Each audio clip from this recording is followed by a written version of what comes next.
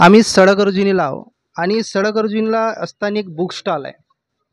ह्या बुक स्टॉलमध्ये जे आहेत, आज शासनाने जी.एस.टी असो ने कितीतरी हे एक नियम लावलेत. आज त्यांची प्रतिक्रिया घेऊ. भाऊ, काय म्हणाल येणाऱ्या लोकसभेमध्ये कसा उमेदवार असावा तुम्हाला? कशी उमेदवाराकडून काय अपेक्षा, उमेदवार कसा असावा? अपेक्षा अशी असो की जो जी.एस.टी लागू झाली आहे ते बंद करावी आहे ना. म्हणजे त्यापासून छोट्या दुकानदाराला भरपूर तकलीफ आहे. जेव्हापासून जी.एस.टी लागू झाली आहे, नोटबंदी झाली आहे, तेव्हापासून म्हणजे नायनाट झाला आहे समजा छोट्या दुकानदाराला. जिल्ह्याच्या ज्या प्रकारे तुम्ही बघता त्या प्रकारे विकास झाला आहे का? नाही ना सर. आजवरी लोकायले म्हणजे हा माहीत नाही का आमदार कोण आहे ना खासदार कोण आहे. आमदार ना खासदारामध्येच फरक नाही आहे लोकायला माहीत. जे अगोदर खासदार होते त्या खासदार ज्या प्रकारे भेट द्यायला पाहिजे त्या प्रकारे भेट दिली का? नाही. आजवरी चेहरा पण पाहिला नव्हता त्याचा, कसं दिसतात कसं आहेत म्हणून. आणि तुम्ही आज बुक स्टॉल चालवता, तुम्ही रोजगारच्या दृष्टिकोनाने काय बघता? रोजगार मिळाला की मिळत आहे की मिळणार? रोजगाराच्या बाबतीत काय बोलता? रोजगार तर आहेच नाही म्हणा. आता जोपर्यंत आता 10 वर्ष झाले सरकार आहे तो वॅकन्सी मीच विकत होतो. आपल्यासोबत गोंदिया जिल्हा युवा काँग्रेसचे उपाध्यक्ष निशांत राऊत हे आहेत. आज योगायोगी आम्ही ना बसताना भाऊची पण भेट झाली. आज भाऊसोबतही आपण मनोगत व्यक्त करू की भाऊचं लोकसभेमध्ये काय मत आहे. कारण की भाऊ हे गोंदिया जिल्ह्यामध्ये युवाचं नेतृत्व करतात आणि काही दिवसाच्या अगोदर साकोलीला राहुल गांधी येऊन गेले आणि आल्यानंतर लोकसभेमध्ये हा कसा परिवर्तन आहे किंवा परिवर्तन होणार आहे की नाही होणार याच्या बाबतीत आम्ही बोलू.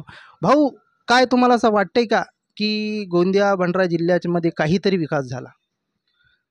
नाही, गोंदिया भंडाऱ्यामध्ये विकास जर आज आपल्याला दिसत असेल तर जो स्वतंत्र भारतापासून जो काँग्रेस पक्ष या देशामध्ये राज करतो आहे तो त्यांचे परिणाम आहेत की आज आपल्याला अनेक विकासाचे कामं दिसत आहेत. परंतु 2019 पासून भारतीय जनता पक्ष असेल किंवा 2014 पासून केंद्रामध्ये आलेल्या नरेंद्र मोदीची सरकार असेल, याच्यामध्ये 10 वर्ष आपला देश तर मागे गेलाच गेला, परंतु हा भंडारा गोंदिया जिल्हा हा देखील पूर्णपणे मागे गेलेला आम्हाला आढळून येत आहे. अनेक गोष्टी आहेत.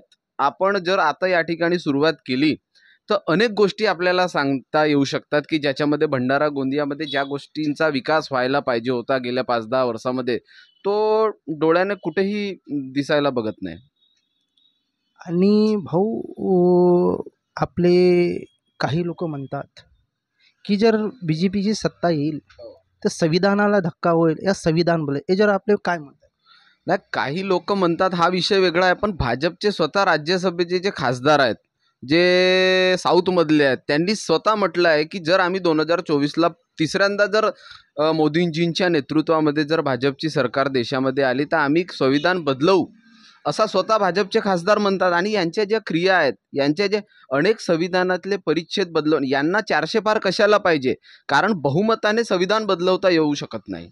म्हणून यांना नंबर्स पाहिजे, यांना 400च्या वर याच्यासाठी आकडा पाहिजे की 400च्या वर जर यांच्याकडे खासदार निवडून आले तर 400च्या वर खासदार निवडून येतील तेव्हाच संविधान आपण देशाच्या बदलवू शकतो. म्हणून मोदींच्या सगळ्या कार्यकर्त्यांचा आणि सगळ्या भाजपवाल्यांचा एकच नारा आहे की 400 पार. काहून? तर संविधान बदलवण्यासाठी. परंतु मी तुम्हाला सांगतो, या स्वतंत्र भारताच्या लोकशाहीमध्ये आणि संविधानामध्ये जे परमपूज्य डॉक्टर बाबासाहेब आंबेडकरांनी तुम्हाला आम्हाला सुरक्षित करण्यासाठी जो संविधान दिलेला आहे तो ज्या दिवशी संपेल ना तर रस्त्याने चालायलाही आपल्याला कठीण होऊन जाईल. बाकी गोष्टी तर सोडूनच द्या. भाऊ, येणाऱ्या लोकसभा आहेत, येणारा गोंदिया भंडारा लोकसभा आहे. येणाऱ्या गोंदिया भंडारा लोकसभेमध्ये कशी भूमिका बघतात? खरंच विकास झाला आहे का जिल्ह्याचा, गोंदिया जिल्ह्याचा? ना 2019 पासून ज्यापासून आम्ही सुनील मेंढे यांना हे निवडून आले भाजपमध्ये, तेव्हापासून तर आम्ही त्यांना पाहिलो पण नाही आहो. इथं कधी ते आले पण नाही.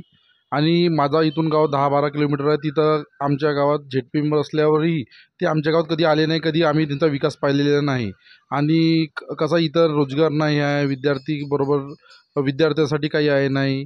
आणि ते आलेही तरी डायरेक्ट इथून गोंदियाला जातील, गोंदियाहून भंडाराला जातील, ह्या पद्धतीत त्यांचं काम आहे. काही काही लोक म्हणतात की ते दिसलेच नाही. 5 वर्ष होते, 5 वर्षामध्ये एक पण दिवस ते आले नाही. खरंच तुमच्या गावाकडे पण सुद्धा नाही आले का? आमच्या गावात सुद्धा 5 वर्षात ते आता 4.5-5 वर्षे पूर्ण झालेले आहेत. तरी ते मागं फक्त 6 महिन्यापासून आमच्या क्षेत्रात दिसत आहेत. ते या अगोदर 4.5 वर्ष ते लापता होते. कुठं होते, का होते, ते आम्हाला काय माहीत नाही. आणि ज्या पद्धतीनं ते आता महाराष्ट्राची जी पद्धत आहे त्या पद्धतीने ते निवडून येतील असं आम्हाला काही वाटत नाही आहे. आणि आम्ही तर पहिलेपासून काँग्रेसच्या आणि आता पण आम्ही काँग्रेसला विजय झाल्या पाहिजे म्हणून आता मतदान करणार आहोत. ज्या प्रकारे रोजगार पाहिजे होता जिल्ह्यामध्ये युवकांना, त्या प्रकारे रोजगार मिळाला आहे का? नाही ना, रोजगार नाही मिळाला. मग नरेंद्र मोदी म्हणतात का भजे तळा, पकोडे तळा, चाय विका, त्या पद्धतीने आहे. आमच्या गावातही आता बहुत मुलं आहेत की ते इंजिनिअरिंग करून आहेत, MSc करून आहेत, BSc करून आहेत, सगळे आता गावात आहेत. बनवा व्हिडिओ, पाठवा व्हिडिओ, आम्ही तुमच्या न्याय हक्कासाठी लढा देऊ. ताज्या बातम्या व घडामोडींसाठी पाहत राहा फक्त महाराष्ट्र लाईव्ह न्यूज. आजच आमच्या चॅनलला सबस्क्राईब करा, शेअर करा, कमेंट करा आणि हो, बेल आयकॉन दबायला विसरू नका. जय महाराष्ट्र.